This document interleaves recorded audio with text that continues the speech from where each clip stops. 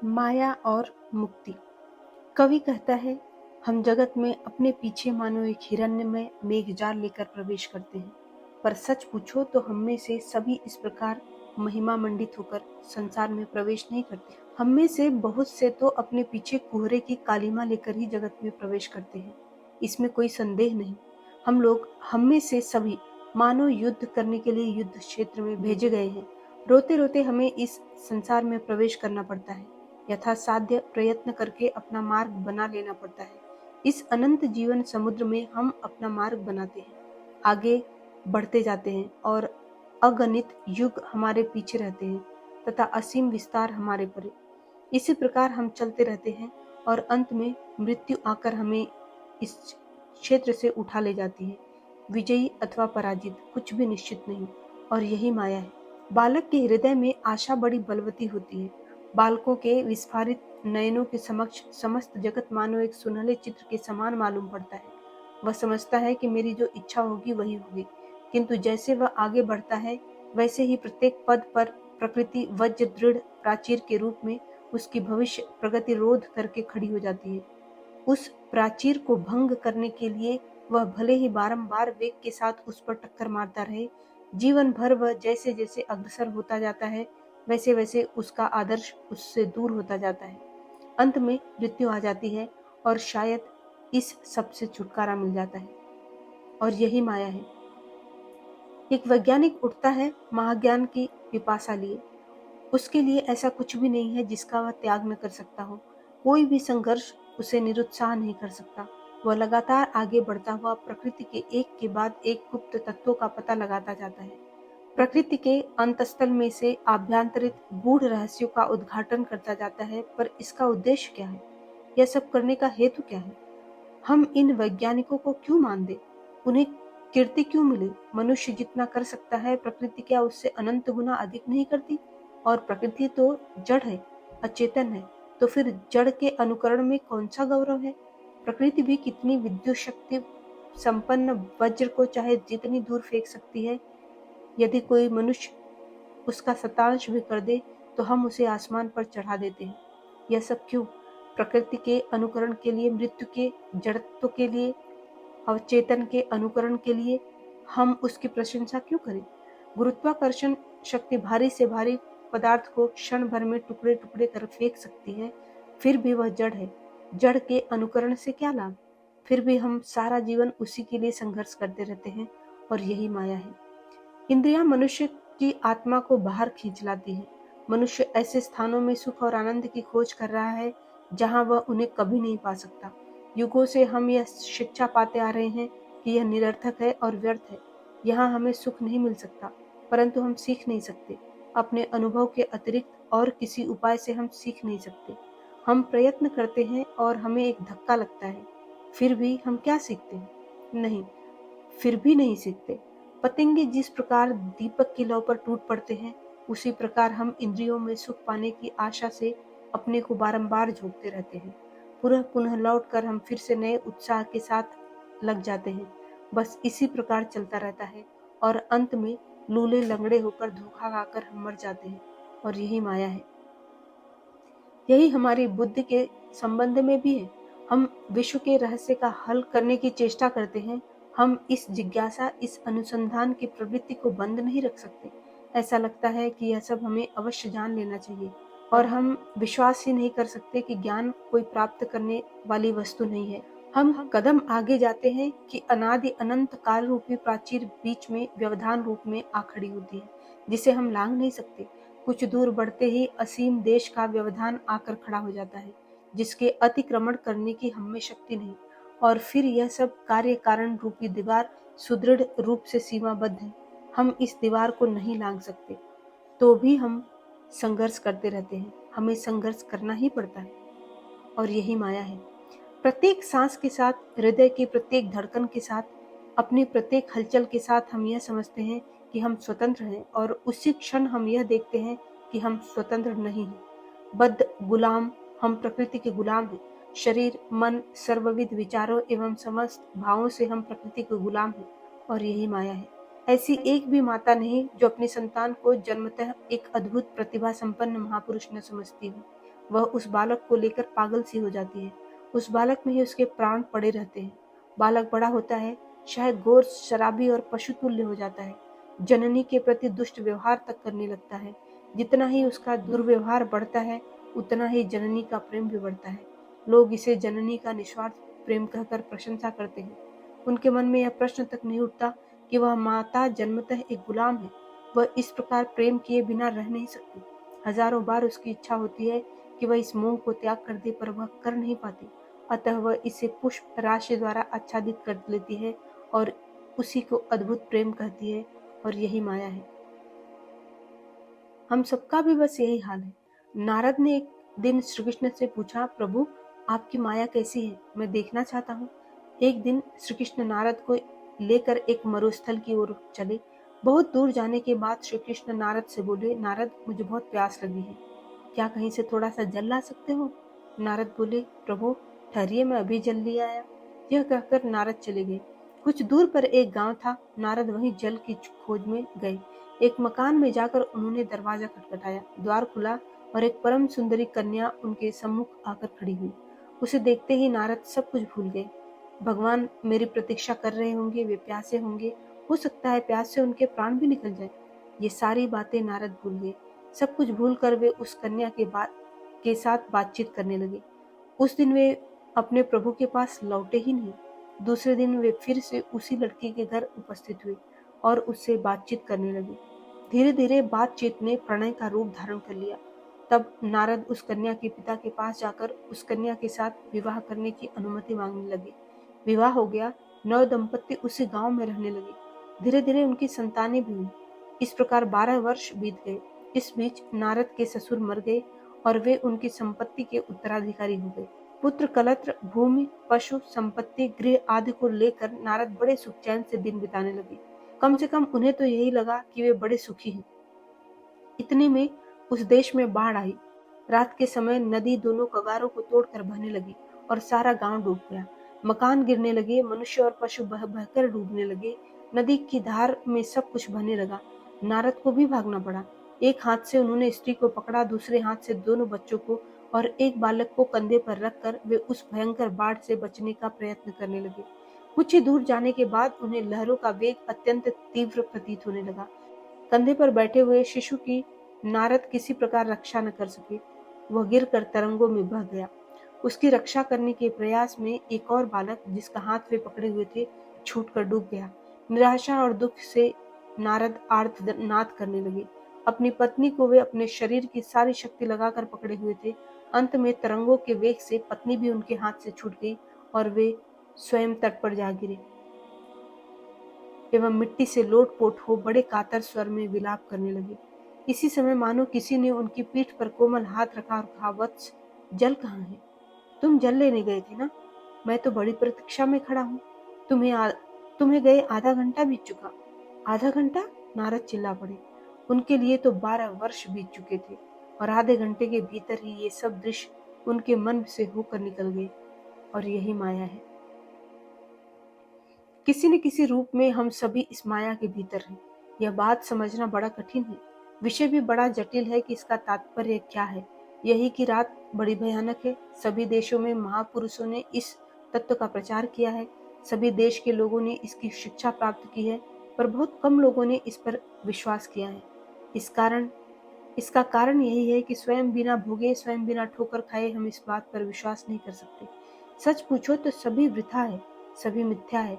सर्व संहारक काल आकर सबको डस लेता है, कुछ भी नहीं छोड़ता। वह पापी को खा जाता है, संत को खा जाता है, राजा प्रजा सुंदर कुत्सित सभी को खा जाता है, किसी को नहीं छोड़ता। सब कुछ उस चरम गति विनाश की ही ओर अग्रसर हो रहा है। हमारा ज्ञान, शिल्प, विज्ञान सब कुछ उसी की ओर अग्रसर हो रहा है। कोई भी इस ज्वार की गति को नहीं रोक सकता। हम भले ही उसे भूले रहने की चेष्टा करें, जैसे किसी देश में महामारी फैलने पर लोग शराब, नाच, गान आदि व्यर्थ की चेष्टाओं में रत रहकर सब कुछ भूलने का प्रयत्न करते हुए पक्षाघात ग्रस्त हो जाते हैं। हम लोग भी उसी प्रकार इस मृत्यु की चिंता को भूलने का कठोर प्रयत्न कर रहे हैं। सब प्रकार के इंद्रिय सुखों में रत रहकर उसे भूल जाने की चेष्टा कर रहे हैं, और यही माया है। लोगों के सामने दो मार्ग हैं। इनमें से एक को तो सभी जानते हैं, वह यह है, संसार में दुख है, कष्ट है, सब सत्य है, पर इस संबंध में बिल्कुल मत सोचो। यावज्जीवेत सुखम जीवेत ऋणम कृत्वा घृतम पिबेत। दुख है अवश्य, पर उधर नजर मत डालो। जो कुछ थोड़ा बहुत सुख मिले उसका भोग कर लो। इस संसार चित्र के अंधकार में भाग को मत देखो, केवल प्रकाश में और आशाप्रद पक्ष की ओर दृष्टि रखो। इस मत में कुछ सत्य तो अवश्य है, पर साथ ही एक खतरा भी है। इसमें सत्य इतना ही है कि यह हमें कार्य करने की प्रेरणा देता है। आशा एवं इसी प्रकार का एक प्रत्यक्ष आदर्श हमें कार्य में प्रवृत्त और उत्साहित करता है अवश्य, पर इसमें विपत्ति यह है कि अंत में हमें हताश होकर सब चेष्टाएं छोड़ देनी पड़ती है। यही हाल होता है उन लोगों का जो कहते हैं संसार को जैसा देखते हो वैसा ही ग्रहण करो, जितना स्वच्छंद रह सकते हो, दुख कष्ट आने पर भी संतुष्ट रहो, आघात होने पर भी कहो कि यह आघात नहीं, पुष्प वृष्टि है, दास के समान दुत्कारे जाने पर भी कहो मैं मुक्त हूँ, स्वाधीन हूँ। दूसरों तथा अपनी आत्मा के सम्मुख दिन रात झूठ बोलो, क्योंकि संसार में रहने का, जीवित रहने का यही एकमात्र उपाय है। इसी को सांसारिक ज्ञान कहते हैं, और इस 19वीं शताब्दी में इसका जितना प्रभाव है उतना और कभी नहीं रहा, क्योंकि लोग इस समय जो चोटें खा रहे हैं वैसी उन्होंने कभी पहले नहीं खाई। प्रतिद्वंदिता भी इतनी तीव्र पहले नहीं थी। मनुष्य अपने भाइयों के प्रति आज जितना निष्ठुर है उतना पहले कभी नहीं था, और इसीलिए आजकल ये सांत्वना दी जाती है। आजकल इस उपदेश का ही जोर है, पर अब इससे कोई फल नहीं होता, कभी होता भी नहीं। सड़े गले मुर्दों को फूलों से ढककर नहीं रखा जा सकता, यह असंभव है। ऐसा अधिक दिन नहीं चलता। एक दिन ये सब फूल सूख जाएंगे और तब वह शव पहले से भी अधिक विभत्स दिखाई देगा। हमारा सारा जीवन ही ऐसा है। हम भले ही अपने पुराने सड़े घाव को स्वर्ण के वस्त्र से ढक कर रखने की चेष्टा करें, पर एक दिन ऐसा आएगा जब वह स्वर्ण वस्त्र खिसक जाएगा और वह घाव अत्यंत विभत्स रूप से आंखों के सामने प्रकट हो जाएगा। तब क्या कोई आशा नहीं है? यह सत्य है कि हम सभी माया के दास हैं। हम सभी माया के अंदर ही जन्म लेते हैं और माया में ही जीवित रहते हैं। तब क्या कोई उपाय नहीं है, कोई आशा नहीं है? ये सब बातें तो सैकड़ों युगों से लोगों को मालूम है कि हम सब अतीब दुर्दशा में पड़े हैं। यह जगत वास्तव में एक कारागार है। हमारी पूर्व प्राप्त महिमा की छटा भी एक कारागार है। हमारी बुद्धि और मन भी एक कारागार के समान है। मनुष्य चाहे जो कुछ कहे, पर ऐसा कोई भी व्यक्ति नहीं है जो किसी न किसी समय इस बात को हृदय में अनुभव न करता हो। वृद्ध लोग इसको और भी तीव्रता के साथ अनुभव करते हैं, क्योंकि उनकी जीवन भर की संचित अभिज्ञता रहती है। प्रकृति की मिथ्या भाषा उन्हें और अधिक नहीं ठगा सकती। इस बंधन को तोड़ने का क्या उपाय है? क्या कोई उपाय नहीं है? हम देखते हैं कि इस भयंकर व्यापार के बावजूद हमारे पीछे चारों ओर यह बंधन रहने पर भी इस दुख और कष्ट के बीच, इस जगत में ही जहाँ जीवन और मृत्यु समानार्थी है, एक महावाणी समस्त युगों, समस्त देशों और समस्त व्यक्तियों के हृदय में गूंज रही है। मेरी यह दैवी त्रिगुणमयी माया बड़ी मुश्किल से पार की जाती है। जो मेरी शरण में आते हैं वे इस माया से पार हो जाते हैं। हे थके मांदे भार से लदे मनुष्यों, आओ, मैं तुम्हें आश्रय दूंगा। यह वाणी ही हम सबको बराबर अग्रसर कर रही है। मनुष्य ने इस वाणी को सुना है और अनंत युगों से सुनता आ रहा है। जब मनुष्य को लगता है कि उसका सब कुछ चला जा रहा है, तब उसकी आशा टूटने लगती है और जीवन केवल एक भग्नावशेष में परिणत हो जाता है। तब वह इस वाणी को सुन पाता है, और यही धर्म है। एक ओर तो यह अभय वाणी है कि समस्त कुछ नहीं, केवल माया है, और साथ ही यह आशाप्रद वाक्य है कि माया के बाहर जाने का भी मार्ग है। दूसरी ओर हमारे सांसारिक लोग कहते हैं धर्म दर्शन ये सब व्यर्थ की वस्तुएं लेकर दिमाग खराब मत करो। दुनिया में रहो, माना यह दुनिया बड़ी खराब है, पर जितना हो सके इसका मजा ले लो। सीधे साधे शब्दों में इसका अर्थ यही है कि दिन रात पाखंड पूर्ण जीवन व्यतीत करो, अपने घाव को जब तक हो सके ढके रखो, एक के बाद दूसरी जोड़ गांठ करते जाओ, यहाँ तक कि सब कुछ नष्ट हो जाए और तुम केवल जोड़ गांठ का एक समूह मात्र रह जाओ। इसी को कहते हैं सांसारिक जीवन। जो इस जोड़ गांठ से संतुष्ट है वे कभी भी धर्म लाभ नहीं कर सकते। जब जीवन की वर्तमान अवस्था में भयानक अशांति उत्पन्न हो जाती है, तब अपने जीवन के प्रति भी ममता नहीं रह जाती। जब इस जोड़ गांठ पर अपार घृणा उत्पन्न हो जाती है, जब मिथ्या और पाखंड के प्रति प्रबल वितृष्णा उत्पन्न हो जाती है, तभी धर्म का प्रारंभ होता है। भगवान बुद्ध ने बोधि वृक्ष के नीचे बैठकर दृढ़ स्वर में जो बात कही थी, उसे जो अपने रोम रोम से बोल सकता है, वही वास्तविक धार्मिक योग्य है। संसारी होने की इच्छा उनके भी हृदय में एक बार उत्पन्न हुई थी। इधर वे स्पष्ट रूप से देख रहे थे कि उनकी यह अवस्था, यह सांसारिक जीवन एकदम व्यर्थ है, पर इसके बाहर जाने का उन्हें कोई मार्ग नहीं मिल रहा था। मार मोह एक बार उनके निकट आया और कहने लगा, छोड़ो भी सत्य की खोज, चलो संसार में लौट चलो। पर पहले जैसा पाखंडपूर्ण जीवन बिताओ, सब वस्तुओं को उनके मिथ्या नाम से पुकारो, अपने निकट और सबके निकट दिन रात मिथ्या बोलते रहो। पर उस महावीर ने अपने अतुल पराक्रम से उसे उसी क्षण परास्त कर दिया। उन्होंने कहा, अज्ञान पूर्वक केवल खा पीकर जीने की अपेक्षा मरना ही अच्छा है। पराजित होकर जीने की अपेक्षा युद्ध क्षेत्र में मरना श्रेयकर है। यही धर्म की नींव है। जब मनुष्य इस नींव पर खड़ा होता है, तब समझना चाहिए कि वह सत्य की प्राप्ति के पथ पर, ईश्वर की प्राप्ति के पथ पर चल रहा है। धार्मिक होने के लिए भी पहले यह दृढ़ प्रतिभा आवश्यक है। मैं अपना रास्ता स्वयं ढूंढ लूंगा, सत्य को जानूंगा अथवा इस प्रयत्न में प्राण दे दूंगा। कारण संसार की ओर से तो कुछ और पाने की आशा है ही नहीं। यह तो शून्य स्वरूप है, दिन रात उड़ता जा रहा है। आज का सुंदर आशापूर्ण तरुण कल का बूढ़ा है। आशा, आनंद, सुख ये सब मुकुलों की भांति कल के शिशिरपात से नष्ट हो जाएंगे। यह हुई इस ओर की बात। और दूसरी ओर है विजय का प्रलोभन, जीवन के समस्त अशुभों पर विजय प्राप्ति की संभावना, और तो और स्वयं जीवन और जगत पर भी और विजय प्राप्ति की संभावना है। इसी उपाय से मनुष्य अपने पैरों पर खड़ा हो सकता है। अतएव जो लोग इस विजय प्राप्ति के लिए, सत्य के लिए, धर्म के लिए चेष्टा कर रहे हैं, वे ही सत्य पथ पर हैं। और वेद भी यही उपदेश करते हैं, निराश मत हो, मार्ग बड़ा कठिन है, छुरे की धार पर चलने के समान दुर्गम, फिर भी निराश मत हो। उठो, जागो और अपने परम आदर्श को प्राप्त करो।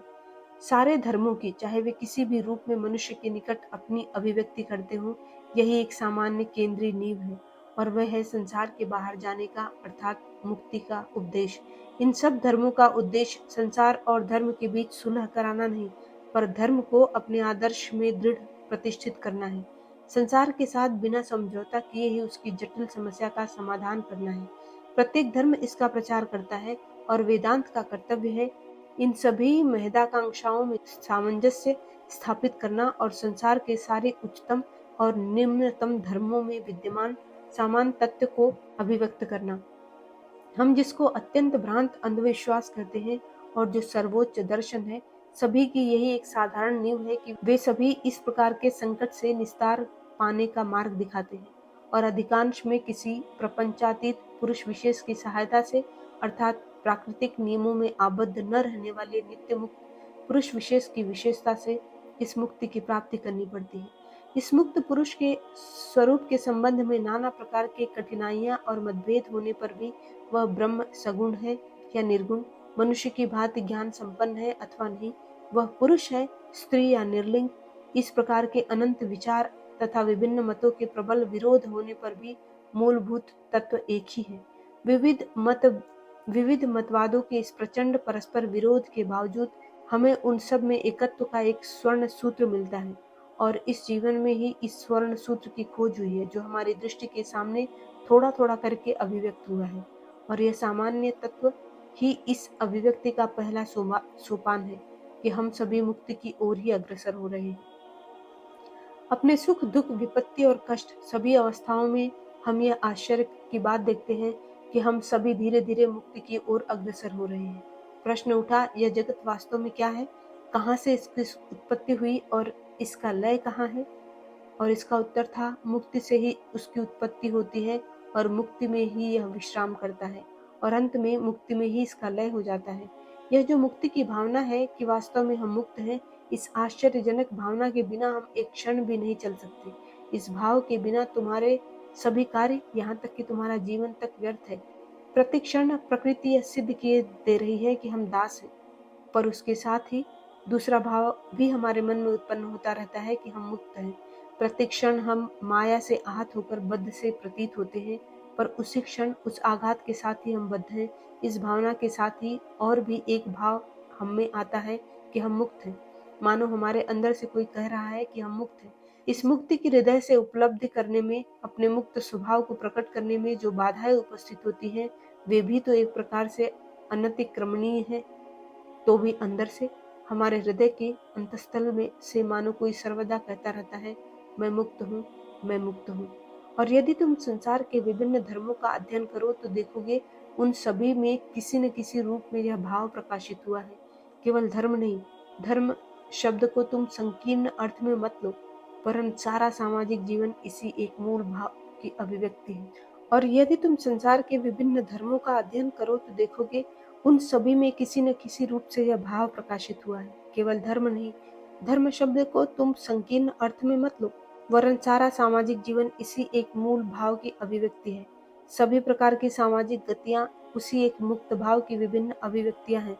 मानो सभी ने जाने अनजाने उस स्वर को सुना है जो दिन रात कह रहा है, हे थके मादे बोझ से लदे हुए मनुष्यों मेरे पास आओ। मुक्ति के लिए आह्वान करने वाली यह वाणी भले ही एक प्रकार की भाषा अथवा एक ही ढंग से प्रकाशित न होती हो, पर किसी न किसी रूप में वह हमारे साथ सदैव विद्यमान है।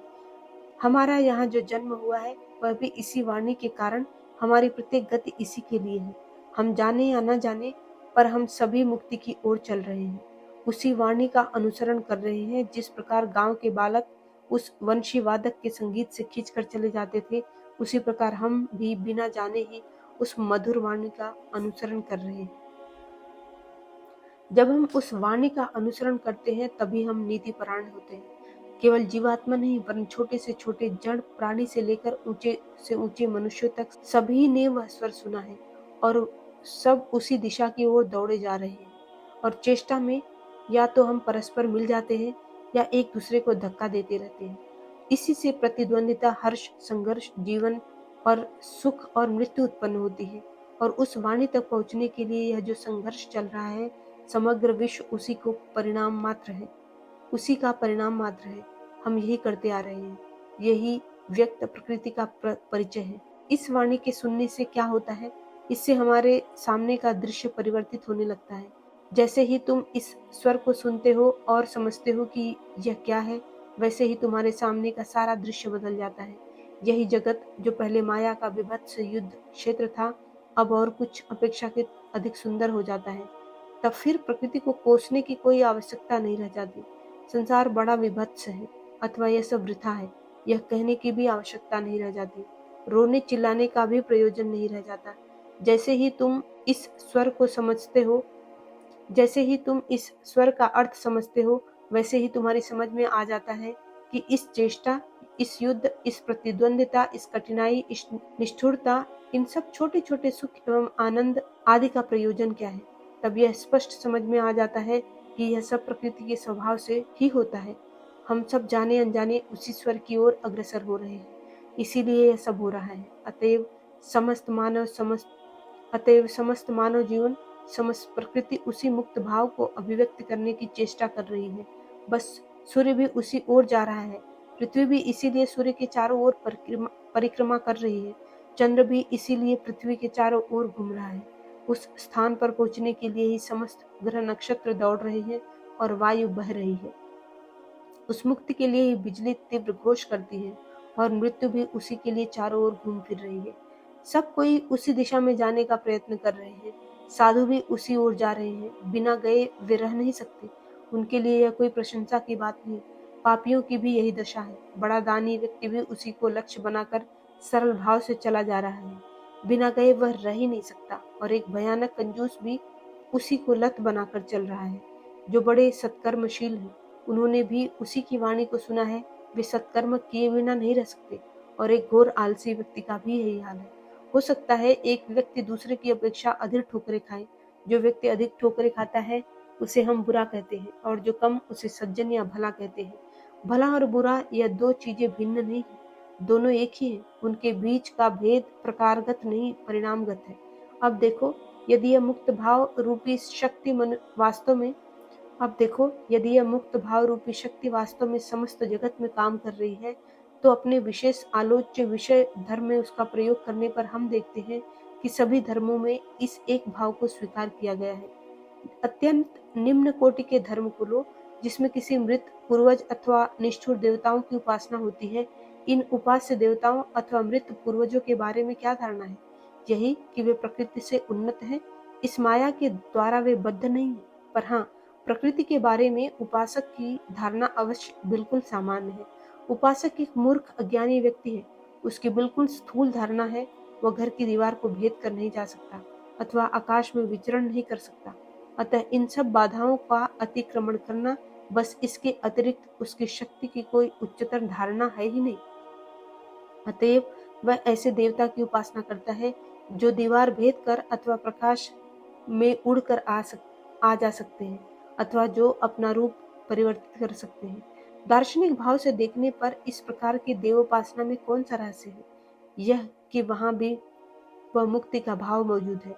उसकी देवता संबंधी धारणा प्रकृति संबंधी अपनी धारणा से उन्नत है, और जो लोग तदपेक्षा उन्नत देवों के उपासक हैं, उनकी भी उस एक ही मुक्ति के दूसरे प्रकार की धारणा है। जैसे जैसे प्रकृति के संबंध में हमारी धारणा उन्नत होती जाती है, वैसे ही वैसे प्रकृति की प्रभु आत्मा के संबंध में भी हमारी धारणा उन्नत होती जाती है। अंत में एकेश्वरवाद में पहुंच जाते हैं, जो माया और प्रकृति को स्वीकार करता है और जिसकी मतानुसार मायाधीश एक ईश्वर ही है। जहाँ सर्वप्रथम इस एकेश्वरवाद सूचक भाव का आरंभ होता है, वही वेदांत का आरंभ हो जाता है। वेदांत इससे भी अधिक गंभीर अन्वेषण करना चाहता है। वह कहता है कि इस माया प्रपंच के पीछे जो एक आत्मा मौजूद है, जो माया का स्वामी है पर जो माया के अधीन नहीं है, वह हमें अपनी ओर आकर्षित कर रहा है और हम भी धीरे धीरे उसी की ओर जा रहे हैं। यह धारणा है तो ठीक, पर अभी भी यह धारणा शायद स्पष्ट नहीं हुई है। अब भी यह दर्शन मानो अस्पष्ट और अस्फुट है, यद्यपि वह स्पष्ट रूप से युक्त विरोधी नहीं है। जिस प्रकार तुम्हारे यहाँ प्रार्थना में कहा जाता है, मेरे ईश्वर तेरे अति निकट, nearer my God to thee, वेदांती भी ऐसी ही प्रार्थना करता है, केवल एक शब्द बदलकर, मेरे ईश्वर मेरे अति निकट, nearer my God to me. हमारा चरम लक्ष्य बहुत दूर है, प्रकृति से अतीत प्रदेश में है।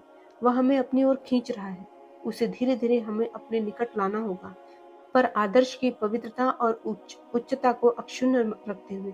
मानो यह आदर्श क्रमशः मेरे निकट होता जाता है। अंत में स्वर्ग का ईश्वर मानो प्रकृति ईश्वर बन जाता है। फिर प्रकृति और ईश्वर में कोई भेद नहीं रह जाता। वही मानो इस देह मंदिर के अधिष्ठात्र देवता के रूप में और अंत में इसी देह मंदिर के रूप में माना जाता है, और वही मानो अंत में जीवात्मा और मनुष्य के रूप में परिज्ञात होता है। बस यही वेदांत की शिक्षा का अंत है, जिसको ऋषिगण विभिन्न स्थानों में खोजा करते थे, वह हमारे अंदर ही है। वेदांत कहता है, तुमने जो वाणी सुनी थी वह ठीक सुनी थी, पर उसे सुनकर तुम ठीक मार्ग पर चले नहीं। जिस मुक्ति के महान आदर्श का तुमने अनुभव किया था वह सत्य है, पर उसे बाहर की ओर खोज कर तुमने भूल की। इसी भाव को अपने निकट और निकटतर लाते चलो, जब तक कि तुम यह जान न लो कि यह मुक्ति, यह स्वाधीनता तुम्हारे अंदर ही है, वह तुम्हारी आत्मा की अंतरात्मा है। यह मुक्ति बराबर तुम्हारा स्वरूप ही थी, और माया ने तुम्हें कभी भी बद्ध नहीं किया। तुम पर अपना अधिकार जमाने की सामर्थ्य प्रकृति में कभी नहीं थी। डरे हुए बालक के समान तुम स्वप्न देख रहे थे कि प्रकृति तुम्हारा गला दबा रही है। इस भय से मुक्त होना ही लक्ष्य है। केवल इसे बुद्धि से जानना ही नहीं, वरन प्रत्यक्ष करना होगा, अपरोक्ष करना होगा। हम इस जगत को जितने स्पष्ट रूप से देखते हैं, उससे भी अधिक स्पष्ट रूप से देखना होगा। तभी हम मुक्त होंगे, तभी हमारी सारी कठिनाइयों का अंत होगा, तभी हृदय की सारी उलझनें नष्ट होंगी, सारी वक्रताएं सरल हो जाएंगी। तब यह विविधता और प्रकृति का भ्रम चला जाएगा। तब यह माया आज के समान भयानक और साधकारक स्वप्न न होकर अति सुंदर रूप में दिखेगी, और यह जगत जो इस समय कारागार के समान प्रतीत हो रहा है, क्रीड़ा क्षेत्र का रूप धारण कर लेगा। तब सारी विपत्तियां, जटिलताएं और तो और हम जो भी यंत्रणाएं भोग रहे हैं, वे भी ब्रह्म भाव में परिणत हो जाएंगी और हमारे सम्मुख अपना प्रकृत स्वरूप अभिव्यक्त करेंगे। तब हम देखेंगे कि सारी वस्तुओं के पीछे सार सत्ता स्वरूप वही विद्यमान है, और हम जान लेंगे कि वही हमारा वास्तविक अंतरात्मा स्वरूप है।